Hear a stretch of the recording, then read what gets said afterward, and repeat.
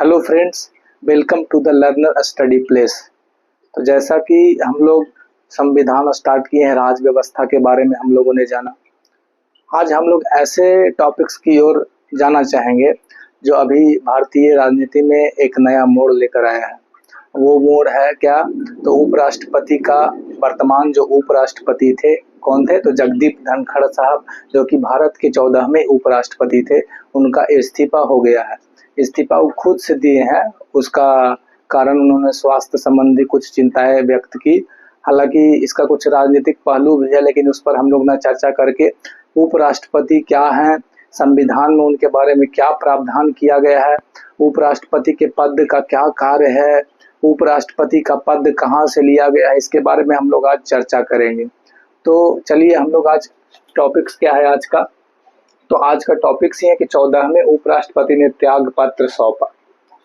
बात आया कि त्याग पत्र क्यों सौंपा और उपराष्ट्रपति क्या होते हैं, पहले ये हम लोग समझेंगे। ठीक है, तो संविधान में प्रावधान है कि यदि किसी कारणवश यानी कैसे, मृत्यु, त्याग पत्र, जैसे कि वर्तमान में अभी क्या हुआ, त्याग पत्र हुआ है, हटाए जाने, उपराष्ट्रपति पद का रिक्त हो जाता है, तो उस रिक्ति को भरने के लिए जल्द से जल्द चुनाव कराया जाता है। हालांकि ये संविधान में आर्टिकल 68 क्लॉज 1 में इसका प्रावधान किया गया है। आर्टिकल 68 क्लॉज 1 में इसका प्रावधान किया गया है कि यदि उपराष्ट्रपति का पद रिक्त होता है, रिक्त किस सेंस में, या तो उनका मृत्यु हो जाए या पद से वो खुद क्या कर दे, त्याग पत्र दे दे, या हटाए जाने के संबंध में उनका पद रिक्ति होता है, तो वो उनका जल्द से जल्द चुनाव कराया जाना चाहिए। ये कहाँ पे वर्णित है? हमारे भारतीय संविधान के 68 क्लॉज 1 में। ऐसा क्यों बता रहे हैं? इसलिए बता रहे हैं क्योंकि इनका भी पद से इस्तीफा हुआ है। इसलिए बता रहे हैं कि इनका जो इस्तीफा का प्रावधान है वो आपका इस तरह से है कि इनका रिक्ति कैसे होता है। तो रिक्ति इस सेंस में, पद का रिक्ति कैसे होता है? तो पद का रिक्ति मृत्यु हो जाने पर, त्याग पत्र या हटाए जाने के संबंध में इनका पद रिक्त हो जाता है। अब हम लोग समझेंगे कि संविधान में भारत के उपराष्ट्रपति के बारे में कहाँ कहाँ चर्चा किया गया है। तो भारतीय संविधान में आर्टिकल 63 से लेकर 71 तक भारतीय उपराष्ट्रपति के बारे में चर्चा किया गया है। ठीक है, तो उपराष्ट्रपति का जो चर्चा है आर्टिकल 63 में इसका प्रावधान किया गया, बताया गया है कि भारत का एक उपराष्ट्रपति होगा, ऐसा बोला गया है आर्टिकल 63 में, जो कि भारत के ये द्वितीय नागरिक भी कहलाते हैं, क्योंकि भारत का प्रथम नागरिक राष्ट्रपति को कहा जाता है। तो भारत का द्वितीय नागरिक कौन होते हैं? उपराष्ट्रपति होते हैं। और भारत का द्वितीय संवैधानिक प्रमुख भी कह सकते हैं इनको। तो भारत का एक उपराष्ट्रपति होगा, आर्टिकल 63 में ऐसा कहा गया है।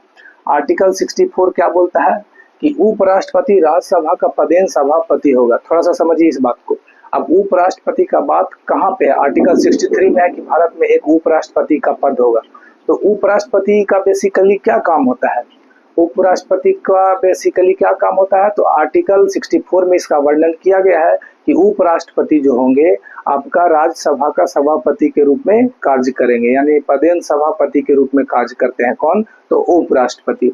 हालांकि ये 64 में इस बात का चर्चा किया गया है। और जो आपका उपराष्ट्रपति होते हैं वो कार्यवाहक राष्ट्रपति के रूप में भी कार्य करते हैं। इसका मतलब क्या हो? कार्यवाहक राष्ट्रपति, यानी कहने का मतलब यह हुआ कि यदि भारत में राष्ट्रपति का पद भी अगर रिक्त हो जाता है, राष्ट्रपति का पद रिक्त कहने का मतलब यह हुआ कि राष्ट्रपति का या तो मृत्यु हो जाती है, या इस्तीफा हो जाता है, या उनका हेल्थ इश्यूज है, इसकी वजह से या अनुपस्थिति के केस में ये जो उपराष्ट्रपति होता है उनके एब्सेंस में कार्यवाहक राष्ट्रपति के रूप में कार्य करते हैं। ठीक है, तो इस बात का प्रावधान कहाँ किया गया है? तो आर्टिकल 65 में किया गया है। बोला गया है कि राष्ट्रपति के पद की आकस्मिक रिक्ति होने या राष्ट्रपति की अनुपस्थिति के दौरान कार्यवाहक राष्ट्रपति के रूप में कार्य करेंगे। कौन? तो उपराष्ट्रपति कार्यवाहक राष्ट्रपति के रूप में कब कार्य करेंगे? तो जब राष्ट्रपति का पद रिक्त हो जाता है। रिक्त कब होता है? रिक्त कहने का मतलब क्या हुआ? या तो वो उनकी मृत्यु हो जाती है, वो पद से इस्तीफा दे देते हैं, या तो उनका कोई स्वास्थ्य कारण होता है। और भी कई प्रावधान मतलब इनके हो सकता है इनके हटने के लिए। तो आर्टिकल 65 में इसका प्रावधान है। अब बात आया कि उपराष्ट्रपति, हम समझ गए कि भारतीय संविधान में उनका प्रावधान किया गया, उनका कार्य क्या है। तो कार्य ये है कि वो सभापति के रूप में कार्य करते हैं। किसका सभापति? तो राज्यसभा के सभापति के रूप में कार्य करते हैं। अब उनका चुनाव कैसे होता है, इसका प्रावधान किया गया है आर्टिकल अनुच्छेद 66 में इसका प्रावधान किया गया है। अनुच्छेद 66 यह कहता है कि इनका जो चुनाव होगा निर्वाचक मंडल के द्वारा होगा। ये निर्वाचक मंडल क्या होता है? तो निर्वाचक मंडल में बेसिकली होता क्या है कि लोकसभा और राज्यसभा के सभी निर्वाचित और मनोनीत सदस्य इसमें पार्टिसिपेट करते हैं। अभी लोकसभा में वर्तमान कितने हैं? तो अभी वर्तमान में लोकसभा में 543 है। लोकसभा का अधिकतम सदस्य अभी कितना है? तो 543 है। और राज्यसभा का अधिकतम सदस्य कितना? तो 245। यानी बोले तो इसमें 245 में 233 ही क्या है, इसमें निर्वाचित है। यानी बोले तो राज्यों और केंद्र शासित प्रदेशों से 233 सदस्य जो है किसमें? राज्यसभा में है। तो 12 सदस्य कौन होते हैं? तो 12 सदस्य जो होते हैं वो राष्ट्रपति द्वारा क्या होते हैं? मनोनीत होते हैं। वो मनोनीत कहाँ, किस 5 क्षेत्र से होते हैं? साहित्य के क्षेत्र से होते हैं, और भी आपका उनका सामाजिक क्षेत्र से होते हैं। मतलब उनको विभिन्न क्षेत्रों से उनका प्रावधान किया गया है मनोनीत करने का 12 सदस्यों को। तो टोटल 245 राज्यसभा में और आपका लोकसभा में कितना? 543। यानी बोले तो ये जो लोकसभा का सांसद और राज्यसभा का सांसद जो दोनों होता है वो निर्वाचक मंडल में पार्टिसिपेट करता है। बेसिकली इन्हीं के द्वारा इनका चुनाव होता है। किनका? तो आपका उपराष्ट्रपति का। बोले तो राज्यसभा के सभापति भी बोल सकते हैं। उपराष्ट्रपति का चुनाव। तो अब इनका योग्यता क्या होना चाहिए? तो सिंपल सी बात है, हम लोग क्या कर दिए, इनके राष्ट्रपति का उपराष्ट्रपति के पद का प्रावधान 63 में किए। उपराष्ट्रपति का क्या काम है? तो वो पदेन सभापति के रूप में कार्य करते हैं, 64 में वर्णन किया गया है। दूसरी बात है, एक और काम है कि कार्यवाहक राष्ट्रपति के रूप में कार्य करेंगे, इसका प्रावधान 65 में किया गया है। तो अब बात आया कि सब काम तो दे दिया गया, लेकिन इनका चुनने का प्रोसेस क्या होना चाहिए? तो निर्वाचक मंडल के द्वारा बता दिए कहाँ है ये प्रावधान? तो आर्टिकल 66 में ऐसा है। इनका क्या योग्यता होनी चाहिए? क्योंकि बिना योग्यता के ये पद नहीं धारण कर सकते हैं, और इसके लिए एलिजिबल पद धारण करने की बात तो छोड़िए, इनका निर्वाचन में पार्टिसिपेट ही नहीं कर सकते हैं। जब तक इनको योग्यता नहीं होगी तब तक ये पार्टिसिपेट नहीं कर सकते हैं। तो पार्टिसिपेशन के लिए इनको योग्यता को फुलफिल करना बेशक ही जरूरी है। तो योग्यता क्या होना चाहिए? ये है कि भारत का नागरिक होना चाहिए। दूसरी बात है कि उनकी जो आयु होना चाहिए वो 35 ईयर्स हो जाना चाहिए। 35 से एबव चलेगा, लेकिन 35 के नीचे न काम नहीं चलेगा, 35 होना चाहिए। और तीसरी बात है कि वो राज्यसभा का सदस्य बनने की योग्यता रखता हो। राज्यसभा का सदस्य बनने की योग्यता रखता हो। राज्यसभा का सदस्य के बारे में हम अभी चर्चा करेंगे आगे। हालांकि ये केवल आप लोग जानिए कि राज्यसभा का सदस्य बनने की योग्यता रखता हो। ठीक है, तो ये 3 बात हो गया। और आपका योग्यता समझ गए इनका कि योग्यता समझ गए, यानी कहने का मतलब ये योग्यता होगा तभी उस पद के लिए वो चुनाव में पार्टिसिपेट करेंगे। तो ये चुनाव और योग्यता की बात कहाँ किया गया है? तो अनुच्छेद 66 में किया गया है। फिर आपका अनुच्छेद 67 है। अनुच्छेद 67 कहता है कि जो उपराष्ट्रपति होंगे वो 5 वर्ष की अवधि के लिए पद धारण करेंगे। 5 वर्ष की अवधि के लिए पद धारण करेंगे। कौन? अनुच्छेद 67 में ऐसा कहा गया है कि उपराष्ट्रपति जो होंगे 5 वर्ष की अवधि के लिए पद धारण करेंगे। और इसमें एक और प्रावधान किया गया है, अभी जो इस्तीफा हुआ है, इस इस्तीफा का प्रावधान भारतीय संविधान के किस अनुच्छेद में है? तो भारतीय संविधान के 67 आर्टिकल 67 और क्लॉज ए में वर्णन किया गया है इसका। आर्टिकल 67 क्लॉज ए में इसका वर्णन किया गया है। बोला गया है कि यदि उपराष्ट्रपति अगर अपना इस्तीफा सौंपते हैं तो इस्तीफा किनको देंगे? वो राष्ट्रपति को देंगे, लेकिन वो इस्तीफा जो होगा उसमें उनका हस्ताक्षर होना बहुत जरूरी है। ये तो बोला गया है यहाँ पे कि अपना हस्ताक्षर युक्त पत्र द्वारा राष्ट्रपति को त्याग पत्र दे सकते हैं। यानी सिंपल सी बात है, उपराष्ट्रपति त्याग पत्र किनको देंगे? तो उपराष्ट्रपति अपना त्याग पत्र राष्ट्रपति को देंगे। हालांकि राष्ट्रपति भी त्याग पत्र उपराष्ट्रपति को ही देता है। एक यहाँ पे एक विशेष बात आप लोग को बताए तो आगे है यहाँ पे 67 के अंतर्गत ही ये प्रावधान किया गया है। उनका कार्यकाल के बारे में भी बताया गया है, और वो हस्ताक्षर युक्त जो अपना इस्तीफा देंगे किनको देंगे? तो राष्ट्रपति। इसके बारे में भी कहा गया ये एग्जाम में पूछा जा सकता है। आर्टिकल 67 क्लॉज ए के तहत इनका इस्तीफा स्वीकार किया गया है। आगे क्या बात बताया गया है? तो हम लोग जाने कि इनका इस्तीफा खुद से स्वयं दिए हैं, यानी इनका पद अब क्या हो गया, रिक्त हो गया। रिक्त किस सेंस में हो सकता है, रिक्त का क्या क्या प्रावधान है, रिक्त होने का क्या क्या मतलब हो सकता है, रिक्त होने के सेंस में रिक्त कैसे हो सकता है उनका पद, या तो खुद इस्तीफा देंगे या तो वो उनको पद से हटाने जाने का भी प्रावधान है संविधान में।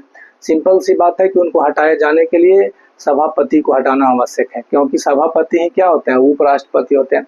इनके हटाने का प्रावधान राज्यसभा से होता है। राज्यसभा के तत्कालीन कुल सदस्य के बहुमत से पारित संकल्प द्वारा हटाया जाता है। इसको मतलब समझिए। इनका पद रिक्ति तो इस्तीफा के माध्यम से भी हो सकता है, और दूसरी बात है कि उनको हटाया जा सकता है। हटाया किस सेंस में जा सकता है, यदि हटाया जाने का मतलब यह हुआ कि जिस सदन का वो चेयर करते हैं, जिस सदन, यानी अब हम जानते हैं कि राज्यसभा का वो सभापति होते हैं, तो राज्यसभा का सभापति होते हैं, तो उसी सदन में उनका हटाने का प्रस्ताव लाया जाएगा, उसी सदन में उनके हटाए जाने का प्रस्ताव आता है। ये प्रस्ताव आने के 14 दिन पहले उनको पूर्व सूचना दिया जाता है। पूर्व सूचना के बाद ही 14 दिन के बाद ही क्या होता है, अगर सेशन चलता है तो सेशन चलने के समय ही ये क्या होता है कि उनके जिस सदन, यानी बोला था राज्यसभा में, उनके प्रस्ताव हटाने का लाया जाएगा।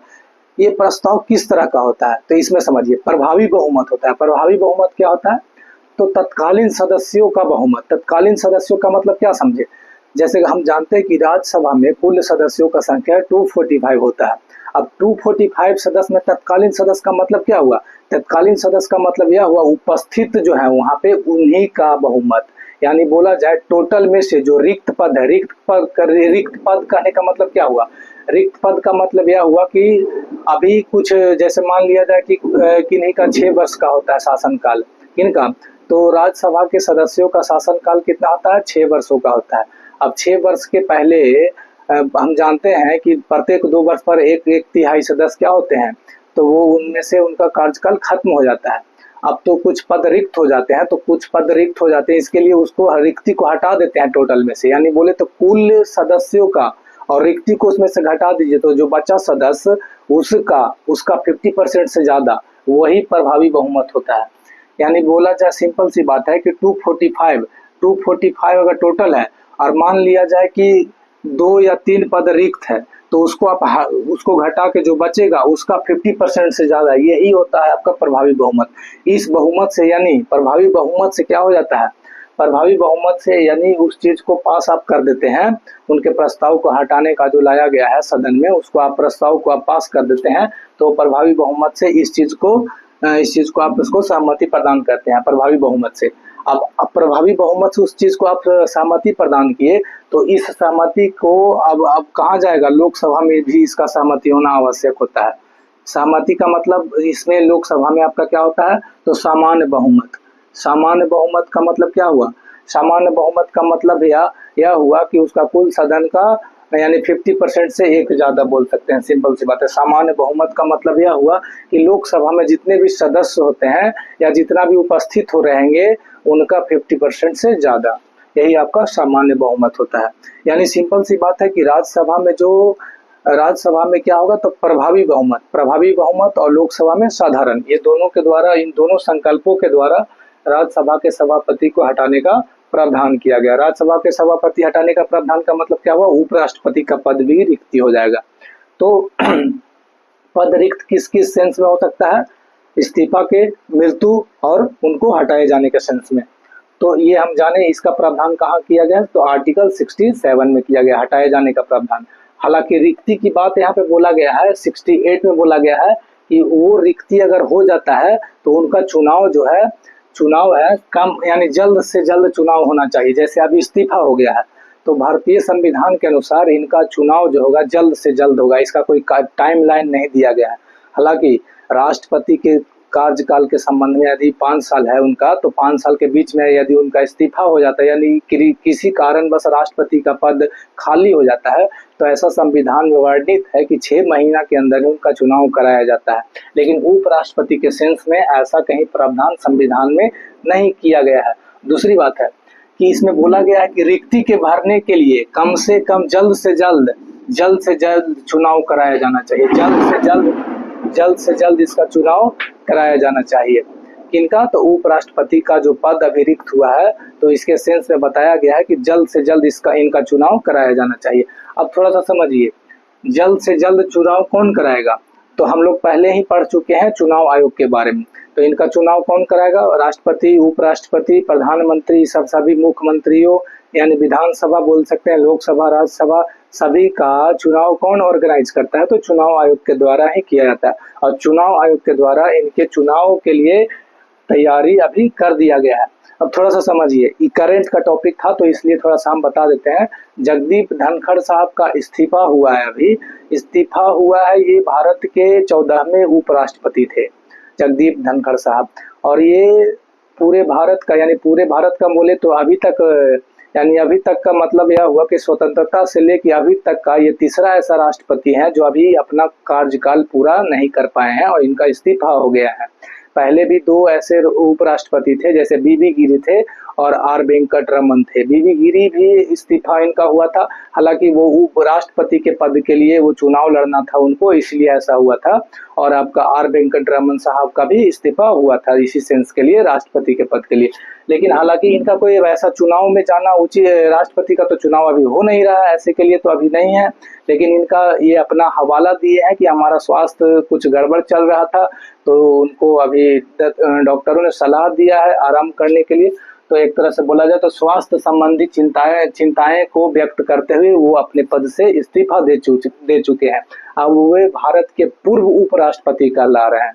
ठीक है, तो आने वाले समय में हम लोग और भी, उपराष्ट्रपति तो खत्म ही हो गया और हम लोग इस पर जैसे संविधान के बारे में पढ़ रहे थे उसके आगे हम लोग नेक्स्ट वीडियो जरूर बनाते रहेंगे। तत्काल के लिए आप लोग इस चीज़ को देखिए और जो भी कमेंट्स के माध्यम से आप लोग को जो भी प्रॉब्लम्स होता है समझने में जरूर कमेंट्स कीजिए, तभी तो हमको समझ में आएगा कि आप लोगों का कमेंट्स यानी बोला जाए कि आप लोगों का कहाँ पे दिक्कत हो रहा है समझने में। क्योंकि हम लोग को अभी सीखना है। तो सीखने के लिए आप लोगों का सुझाव जरूरी है। धन्यवाद।